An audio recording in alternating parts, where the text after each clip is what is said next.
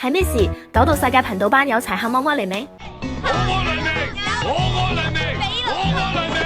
快啲訂閱喬夫人頻道啦！最新戰報、各路八卦趣聞、神唔好走寶，而伏最新史觀戰報出爐，資源州關口就快解鎖。估唔到局勢竟然顛到咁，四家同盟一齊衝去雍州，分別係并州、涼州、益州、荊州，而幽州就全力衝冀州，揚州隨國仲夠跟一國獨霸晒渝州，雍州簡直要被打成篩子，荊州從武關殺入雍州，益州閒置5道入雍州，并州開咗龍門道，涼州一路推到街亭，揚州隨國獨子從渝西口殺入渝州，真係協議到嘅。幽州從義城，兗州從燕跑，雙雙壓住冀州，大戰一觸即發。下周2點17分，荊州西家軍率先拎咗武關，成為第一個入雍州的勢力，仲喺晚黑9點23分，首個爆咗雍州9級城池，直波伏1級城上落。2點27分，幽州島橋王爆咗關口義城，5分鐘之後，兗州黎明就拎咗關口煙塔，衝去冀州。不過從幽州出發的島橋王，黐冀州葉城更近，要搶支援州州府嘅話，黎明動作得快手啲先得。2點32分，